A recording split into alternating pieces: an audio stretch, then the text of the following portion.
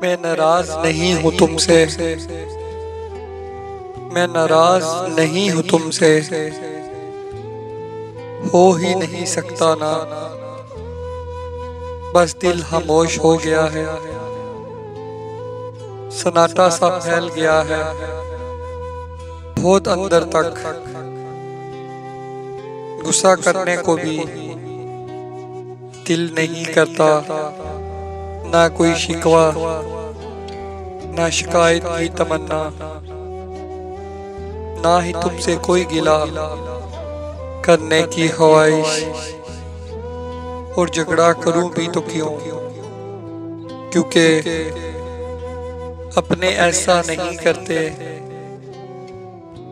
बीच रास्ते में छोड़कर रुसवा नहीं करते। जाओ मैंने तुम्हें आजाद किया,